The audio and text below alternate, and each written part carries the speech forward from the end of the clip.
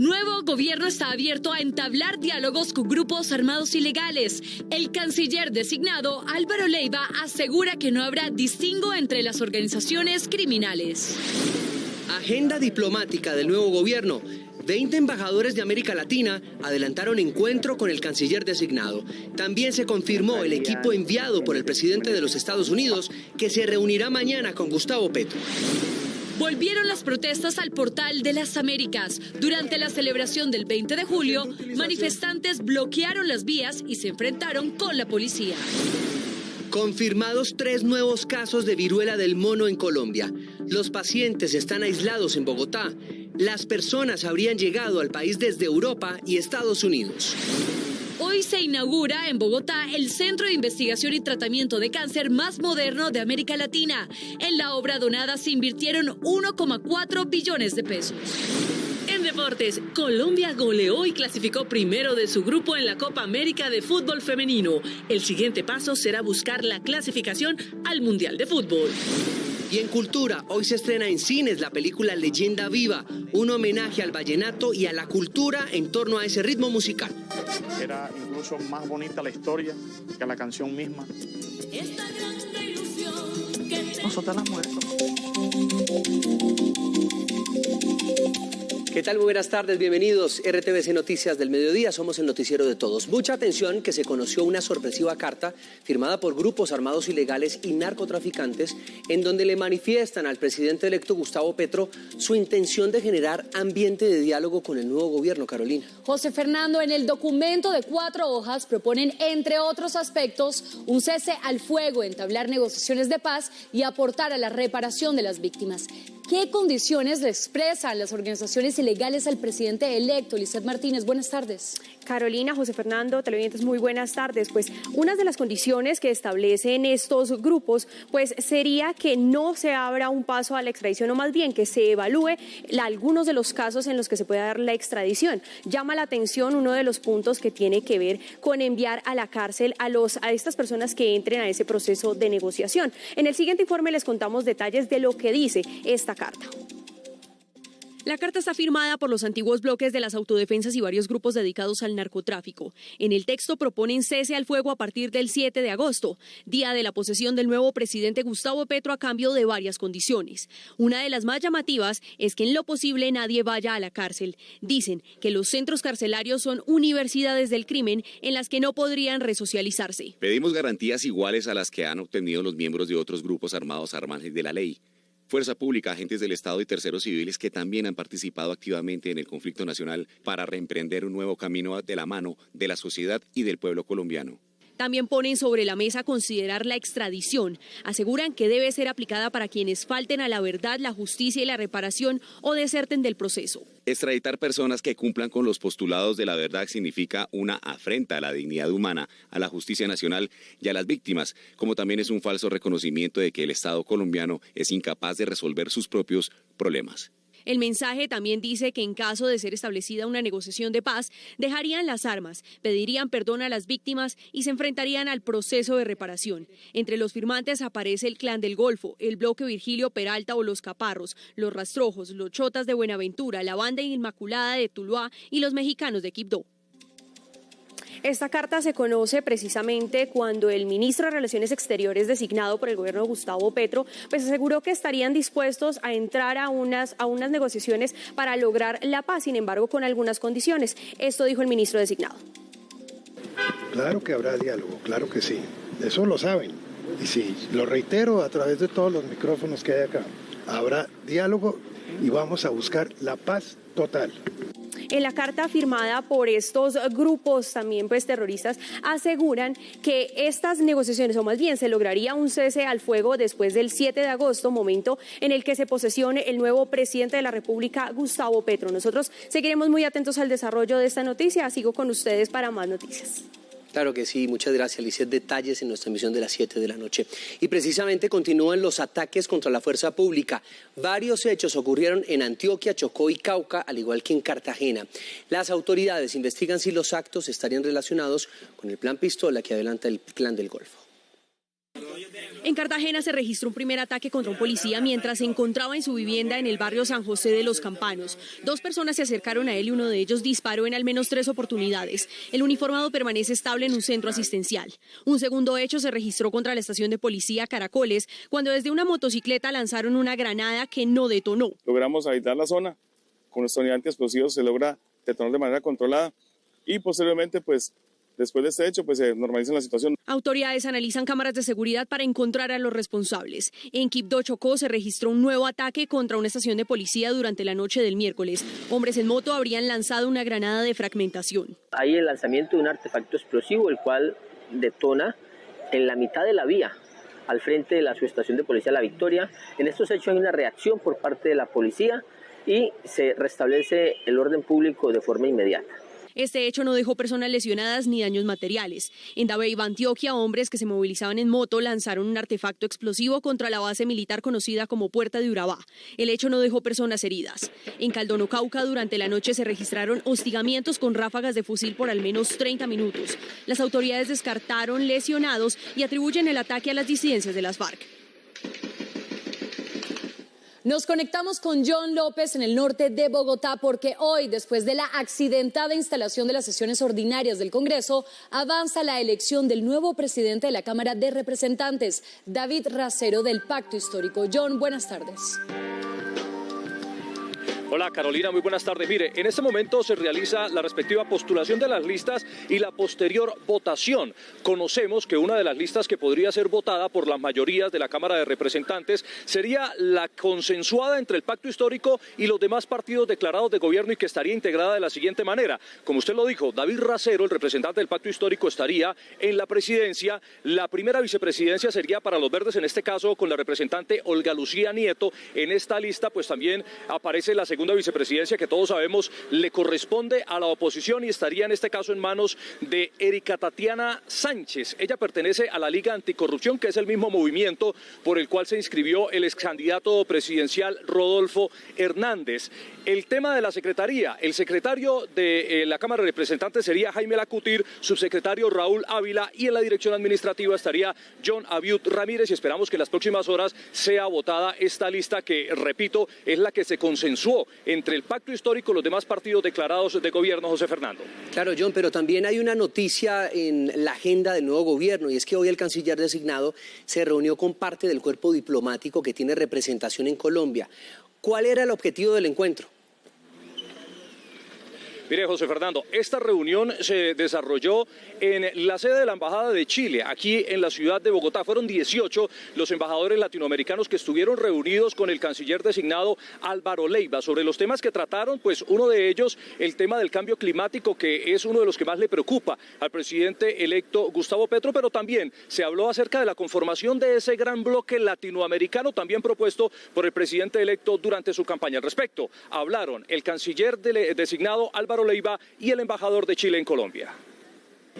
Y hablamos de lo que significa América Latina como un todo y cuál es nuestro papel en el mundo en estos momentos de cambio de época. Porque fue una oportunidad para escuchar de primera mano las políticas en materia de política internacional que va a tener Colombia. Muy bien, mire, también es importante señalar que ya está lista la delegación del gobierno del presidente de los Estados Unidos, Joe Biden, que se reunirá mañana con el presidente electo Gustavo Petro y de la cual hacen parte el secretario de Seguridad Nacional, John Finner, también el asesor de seguridad de la vicepresidencia, Philip Gordon, estará también el embajador encargado Francisco Palmieri, el asesor de la Casa Blanca para el hemisferio occidental, Juan González, y el subsecretario de Estado para Asuntos del Hemisferio Occidental, Brian Nichols. Este último, a través de su cuenta de Twitter, dedicó unas palabras a lo que compete esta visita. Dijo lo siguiente, abro comillas: me complace unirme a la visita de la delegación de la Casa Blanca a Colombia para avanzar en nuestra cooperación para abordar nuestros retos y oportunidades compartidos para un hemisferio que sea seguro, próspero y democrático. Esta es toda la información, compañeros, en lo que compete a la agenda del presidente electo Gustavo Petro. Desde el norte de Bogotá, John López, RTVC Noticias Conectados 24/7. Pues John, estaremos muy pendientes de cómo avanzan estas reuniones. Muchas gracias por la información. información. Y mientras se cumplía la instalación del nuevo Congreso de la República, hubo manifestaciones cerca del Portal Las Américas, en el occidente de Bogotá. Cerca de 100 jóvenes, que al parecer son de la primera línea, protagonizaron disturbios. Katy Sánchez, buenas tardes.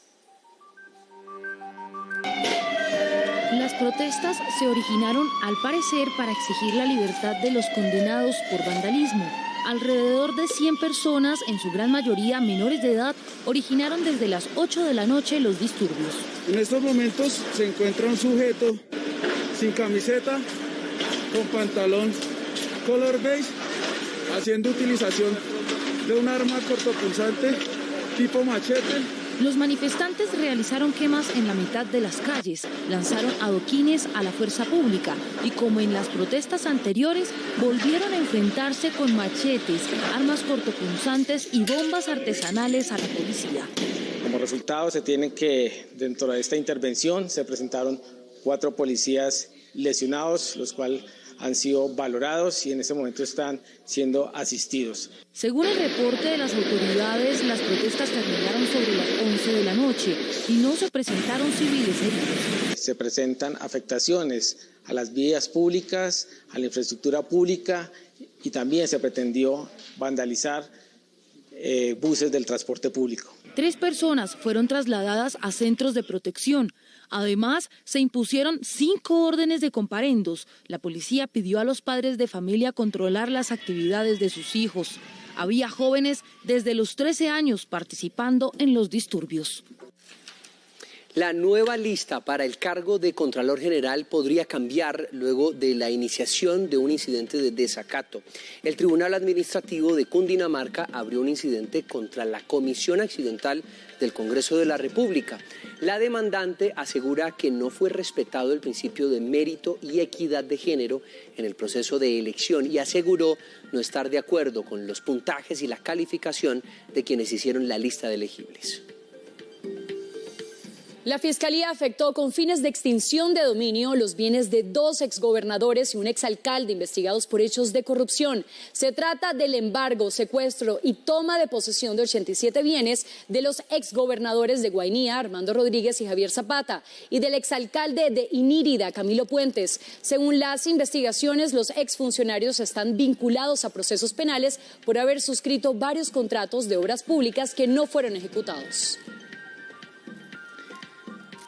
El exalcalde de Medellín, Luis Pérez, solicitó a la Fiscalía General de la Nación una rectificación tras las declaraciones del fiscal general por las propiedades que le incautaron en los últimos días. A través de una carta enviada al fiscal, Pérez asegura que los predios decomisados fueron adquiridos con buena fe y con el debido procedimiento como lo ordena la ley. La petición del exalcalde de Medellín es reacción a la comunicación de la Fiscalía, que indicó que los bienes incautados al exfuncionario pertenecieron al paramilitar Vicente Castaño. Luis Pérez también aseguró en el mensaje que nunca ha sido notificado de actuaciones de la Fiscalía ni de algún tribunal sobre este aspecto.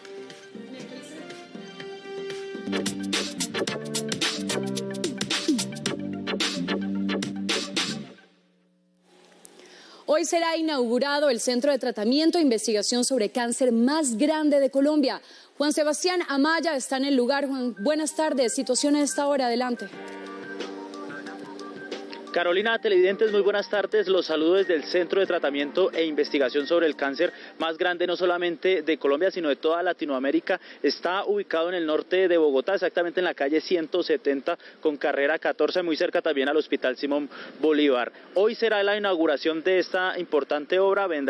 Asistirá el presidente de la República, Iván Duque, y también Luis Carlos Sarmiento Angulo, el empresario financiador de este megaproyecto que tuvo un costo aproximado de 1,4 billones de pesos. Acá estará la más alta tecnología, los mejores profesionales en oncología.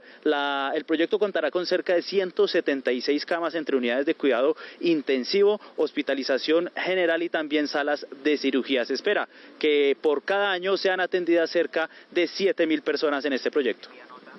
La construcción total del Centro de Investigación y Tratamiento sobre el Cáncer tiene 100.000 metros cuadrados y cuenta con 46 consultorios, 56 sillas de infusión de quimioterapia y 9 quirófanos, entre otros. Se espera que la institución atienda entre 5.000 y 7.000 pacientes por año y tendrá unidades para hospitalización general, trasplantes y unidades de cuidado intensivo. Luis Carlos Sarmiento Angulo, financiador de la obra, habló en mayo de este año cuando realizó la última visita al proyecto para ver su avance. Es la de una fundación sin ánimo de lucro.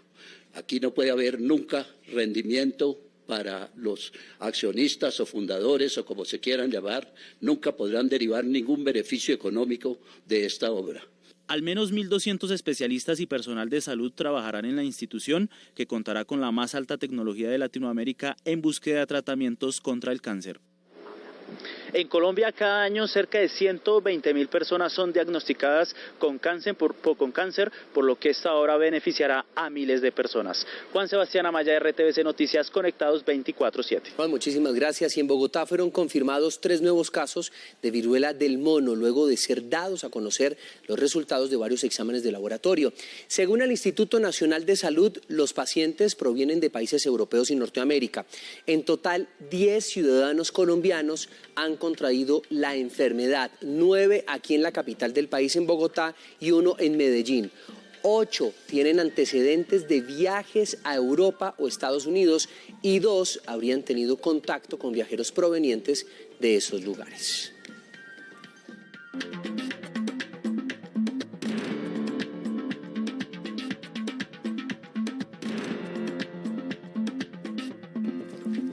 Y seguimos atentos de lo que ocurre en Europa con la ola de calor. La situación de los incendios mejora levemente con un descenso en las temperaturas en Francia, Portugal y España. Nos conectamos a esta hora con Maripaz Pastor, quien nos entrega un reporte sobre la leve situación a esta hora en Valladolid. Maripaz, buenas tardes. Adelante con más información. Buenas tardes desde Valladolid, España. Ayer y hoy el tiempo nos ha dado una tregua, hace más fresquito, por las noches se puede dormir y parece que nos hemos olvidado un poco de la ola de calor, pero mañana vuelve. Así que bueno, tendremos que beber mucha agua y intentar estar a la sombra. Lo peor de todo esto, las muertes que está ocasionando, ya hay más de 500 personas muertas. A la gente mayor se la está pidiendo que beba mucho líquido, que no salgan de casa y que estén lo más fresco posible en su casa. Y luego los incendios. Ha habido varias tormentas eléctricas, el campo está muy seco y estas tormentas han provocado incendios muy dispersos y con varios frentes. Más de 80.000 hectáreas se han quemado en España. En una provincia como Zamora ya van 27.000 hectáreas quemadas. Muchos animales han muerto y los animales que han sobrevivido ahora no tienen pastos, no tienen dónde comer, así que se está haciendo un llamamiento. Estamos deseando que llueva, pero parece ser que de momento no va a ser posible. Un saludo desde España. Y cambiamos de tema porque 2 personas murieron y 19 resultaron heridas en el más reciente bombardeo ruso en Ucrania, en Yarkov, justo cuando el principal gasoducto de Rusia hacia Europa vuelve a funcionar luego de una interrupción de 10 días por mantenimiento. Casi 5 meses de invasión han convertido a Ucrania en el país de las muchas caras. Donde el verde camuflado de Rusia no ha conseguido un impacto tan frontal, su faz es esta. Pero allá donde sí pisa con fuerza, luce en extremo distinta. Ucrania necesita la potencia de fuego y municiones para resistir este bombardeo y contraatacar las armas rusas. 4 sistemas de cohetes de precisión adicionales para un total de 16 son el intento de Washington para ayudarla a dar un giro a estos 148 días de guerra. Aunque la clave para que finalice, según el más cercano aliado de su autor, es que Kiev acepte sus pérdidas y negocie con Rusia. Así se lo dijo en exclusiva a la AFP el presidente bielorruso Alexander Lukashenko. Hemos visto las causas de esta guerra, y es que si Rusia no se hubiera adelantado a ustedes, miembros de la OTAN, ustedes occidentales se habrían organizado y asestado un golpe en su contra. Ucrania también se ve así. El regreso, así sea a 30% de su capacidad del flujo de gas ruso hacia Europa tras 240 horas suspendidos por operaciones del Nord Stream 1, tiene que ver todo con ella, pues Moscú, sancionada justamente por la guerra que le hace vivir, le permite tener a mano un arma potente de la cual depende la seguridad energética de la Unión Europea que tanto la apoya. Y por último, está la Ucrania volcada para afuera, la de centros de acogida como este en Polonia, que de temporal se van volviendo permanentes a medida que este suelo sigue siendo el de guerra y no el que era tantas semanas atrás. La próxima audiencia pública del Comité Legislativo que investiga el asalto al Capitolio de Estados Unidos por seguidores de Donald Trump será transmitida por televisión en horario estelar. En ella serán analizados los 187 minutos en los que el expresidente no actuó. A continuación, más noticias del mundo. Octubre sería el mes para llevar a cabo elecciones anticipadas en Italia y todo para evitar una crisis interna para la tercera economía más grande de la eurozona, luego que la coalición de unidad nacional de Mario Draghi como primer ministro se desmoronara y con ello su permanencia en el cargo. Con su renuncia aceptada por el presidente Sergio Mattarella, lo que viene es que siga en calidad de interino para que el Parlamento convoque a los comicios.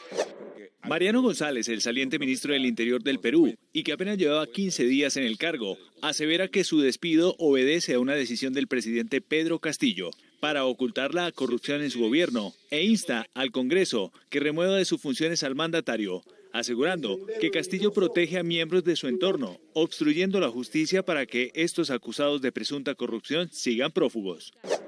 Luis Ignacio Lula da Silva acorta su camino hacia la presidencia de Brasil. El Partido de los Trabajadores lo oficializa como su fórmula para que el próximo 2 de octubre se enfrente a Jair Bolsonaro, actual mandatario que justamente critica la transparencia del sistema electoral de su país. La ventaja de 2 dígitos en encuestas de opinión vaticinan una victoria de Lula que representaría su regreso al poder. Y cerramos nuestro repaso por la política mundial con una noticia que se conoció hace unos minutos. El presidente de los Estados Unidos, Joe Biden, tiene COVID-19 y presenta síntomas leves. Así lo anunció su portavoz a través de un comunicado. Y nos quedamos con esta imagen, la de la majestuosidad de la mariposa monarca y de la que el mundo podría perderse, pues la Unión Internacional para la Conservación de la Naturaleza confirmó que desde hoy hará parte de la lista roja de especies en peligro a raíz del cambio climático y la destrucción de su hábitat. Recordemos que esta mariposa es capaz de recorrer miles de kilómetros cada año, desde México y California en invierno hacia zonas de reproducción en Estados Unidos y Canadá.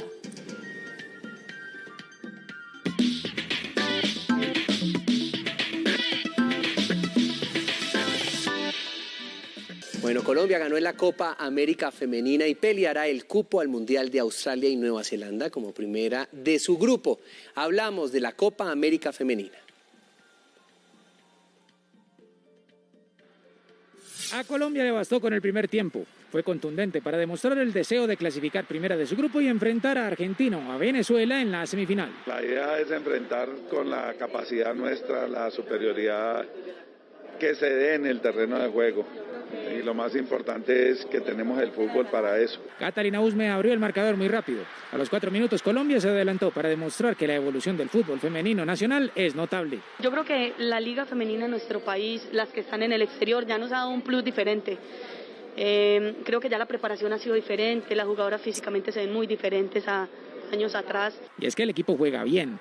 Tiene jugadas que reflejan la buena técnica de las futbolistas, pero también es decisivo a la hora de enfrentar el arco rival. Tenía mucha ilusión, tenía mucha fe de que iba a marcar, justamente en uno de los amistosos contra Chile le marqué también a la portera. Y se les nota el sentido de equipo. Liana Salazar hizo el cuarto, pero también aportó en mantener el arco en cero. Esa es Colombia, la que espera rival en semifinal y que ganando ese partido confirmará estar en el Mundial.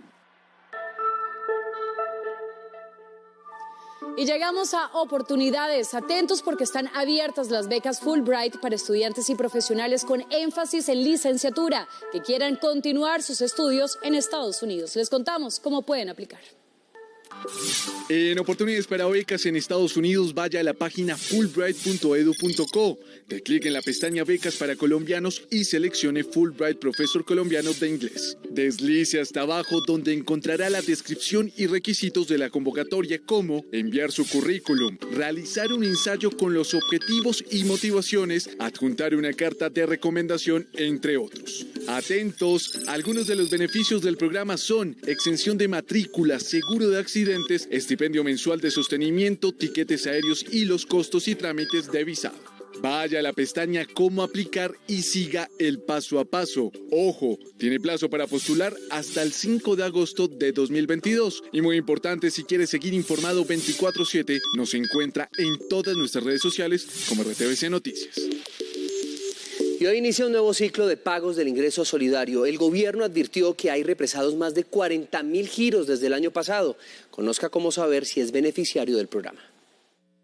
Desde hoy hasta el próximo 8 de agosto estarán disponibles las transferencias correspondientes a julio y agosto para los 4 millones de hogares beneficiarios del ingreso solidario. Para hogares con más de 2 integrantes y con Sisbén A serán 435.000 pesos, los que tienen Sisbén B 420.000 pesos y con Sisbén C 400.000 pesos. El gobierno advirtió que hay 15.000 hogares que no han reclamado giros de meses anteriores. Hay varios hogares que pueden tener 1, 2 o incluso 3 pagos pendientes. Tener presente que después de no cobro de 3 pagos se suspende a los usuarios, entonces pueden tener hasta 3 pagos pendientes y por eso son 15.000 hogares con 44.000 pagos que están pendientes de cobro. Para saber si tiene pagos represados, debe ingresar a la página www.prosperidadsocial.gov.co, dar clic en ingreso solidario y en consulta de pagos pendientes y diligenciar sus datos personales. Los pagos se reclaman en los 18.000 puntos de Supergiros y su red de aliados o en las cuentas personales de los hogares bancarizados.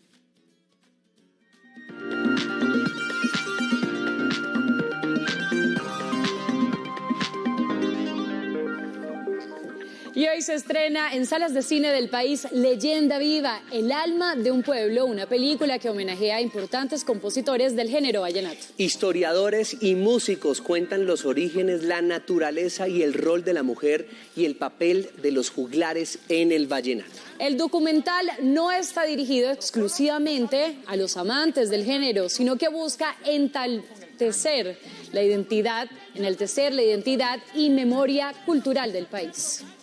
Cantarle al amor, cantarle a la mujer, cantarle a la tierra, cantarle a los caminos, a la naturaleza. En adelanto van estos lugares, ya tiene su diosa coronada. Así termina RTVC Noticias del Mediodía. Recuerden que somos el noticiero de todos y estamos conectados 24/7 en www.rtvcnoticias.com. Y también en nuestras redes sociales nos encuentran en Twitter, Facebook, Instagram, YouTube y Telegram como RTVC Noticias. Feliz tarde.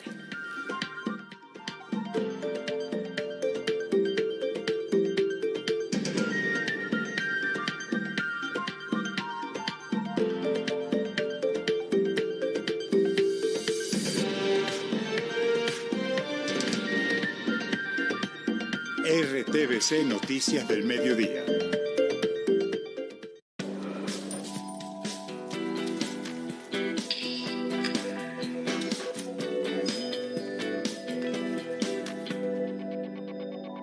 Variación de precios de alimentos en las centrales mayoristas del país durante la semana anterior. Pepino combro. En la semana del 9 al 15 de julio, el precio promedio subió en 32 de los 39 mercados mayoristas donde se vendió este producto. El motivo, menor ingreso desde Valle del Cauca y Santander. En Cali, pasó de 1.217 a 1.514 pesos, subió 297 pesos, 24%. En Barranquilla, pasó de 1.112 a 1.493 pesos, subió 381 pesos, 34%. Papa capira, bajó en 21 de los 27 mercados mayoristas donde se vendió este producto. El motivo, mayor recolección en Nariño y Antioquia. En Medellín, pasó de 1.755